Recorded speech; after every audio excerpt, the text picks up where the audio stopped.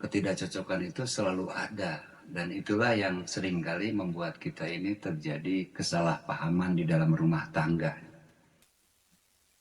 Assalamualaikum warahmatullahi wabarakatuh. Rahayu Sagung Dumadi, Om Swastiastu, Namo Buddhaya, salam sejahtera bagi kita semua, khususnya rekan-rekan Hanata Jiwa. Kita bersama di sini bersama Pak Guru Setia. Kali ini kita akan membahas request. Ada request khusus lagu dari rekan Hanata Jiwa yang berjudul Seperti Yang Kau Minta dari Krisya, Pak. Iya. Ini ingin dibahas khusus mengenai lagu favoritnya ini karena sungguh berkesan dalam sebuah perjalanan cintanya dalam memperjuangkan seseorang gitu Pak. Tapi mungkin sepertinya banyak kesedihan lah mungkin di dalam perjuangannya ini walaupun dia sudah berusaha.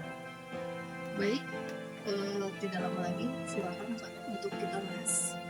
Ya, lagu ini ketika muncul juga mempunyai kesan tertentu.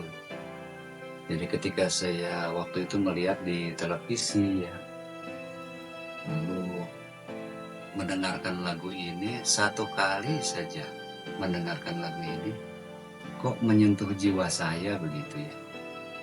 Dimana saya sebagai seorang suami, seorang laki-laki yang sudah berumah tangga begitu ya.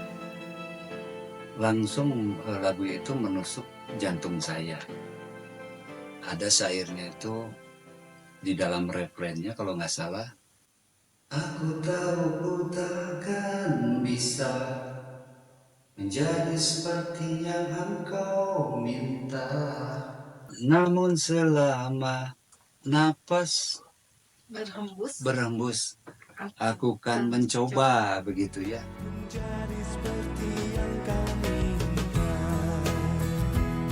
Nah ini kalimat-kalimat ini yang terus terang cukup menusuk jantung saya. Saya di dalam kehidupan berumah tangga juga selalu ingin berusaha memuaskan pasangan saya. Dan saya yakin tentunya pasangan saya juga kalau secara kata-kata tentu ingin belajar memahami keinginan suaminya ya. Tetapi sampai belasan tahun bahkan puluhan tahun ternyata tetap kita ini sebagai manusia hanyanya bisa berusaha. Ketidakcocokan itu selalu ada saja begitu ya. Ketidakcocokan itu selalu ada. Dan itulah yang seringkali membuat kita ini terjadi kesalahpahaman di dalam rumah tangga. Jadi lagu ini terus terang mempunyai kesan tertentu bagi saya dan keluarga saya. Saya juga memperhatikan Chrisye ini adalah seorang penyanyi legendaris yang setiap kali turun sebuah lagu pasti ngetop lah gitu ya. Saya memperhatikannya itu dari barangkali dari tahun 79-an pada saat itu ya. Setiap kali keluar lagu dia itu selalu menghasilkan lagu-lagu yang kualitasnya tinggi begitu ya. Termasuk yang lagu yang satu ini begitu ya, tentang berusaha di dalam sebaik-baiknya di dalam hidup berumah tangga seperti itu. Pak, ini request lagu dari rekan-rekan Hanata Jiwa tentang lagu Seperti Apa Yang Kau Pinta. Itu tuh seperti menggambarkan seorang laki-laki yang telah merusak hubungan dari sebuah pasangan. Akhirnya dia mendapatkan si perempuannya itu setelah menjalani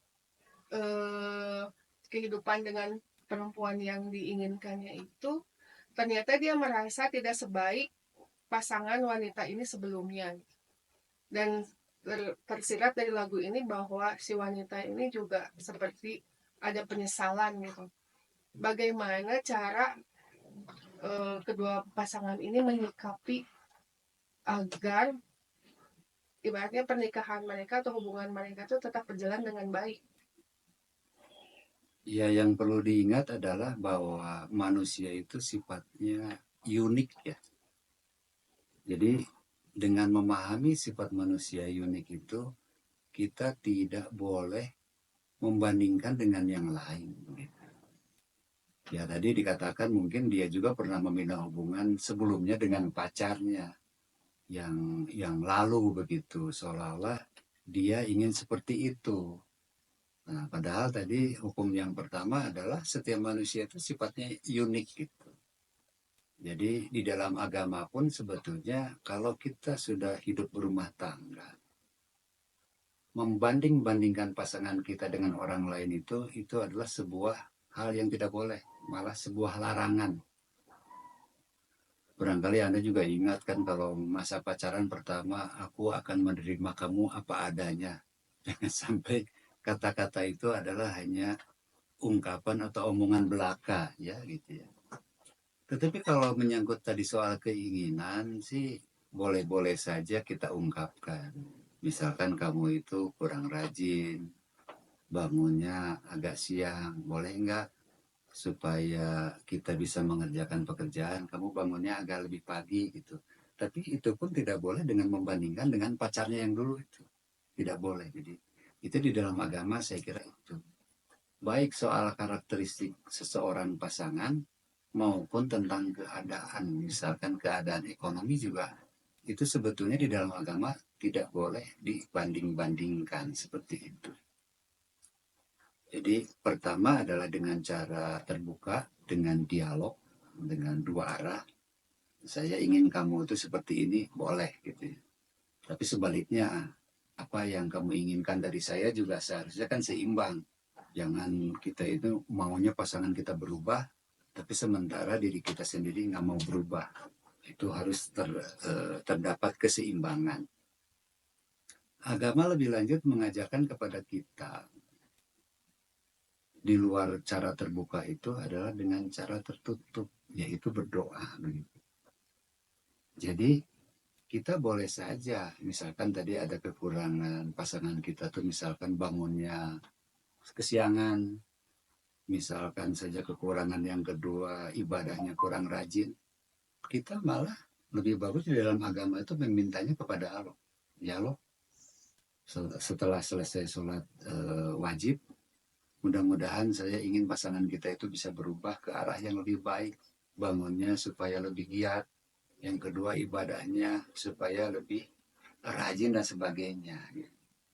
Nah, itu adalah cara yang tertutup dengan berdoa. Dan di dalam Al-Quran sendiri disebutkan bahwa Tuhanlah yang mampu membolak-balikan hati manusia. Begitu ya. Cara ini akan sangat baik dilakukan, cara tertutup ini, apabila dialog itu tidak terbentuk dengan baik. Saling mengkritik akhirnya timbul pertengkaran misalkan. Jadi kalau kita tidak bisa membangun dialog dengan cara baik-baik, adalah cara yang kedua akan lebih baik karena lebih aman. Cuman yang jadi masalah cara kedua ini dibutuhkan keimanan. Apakah Anda yakin nggak bahwa Tuhan itu bisa merubah hati manusia yang tadinya ada kekurangan menjadi bisa diperbaiki? Itu saja masalahnya. Menjadi seperti yang kami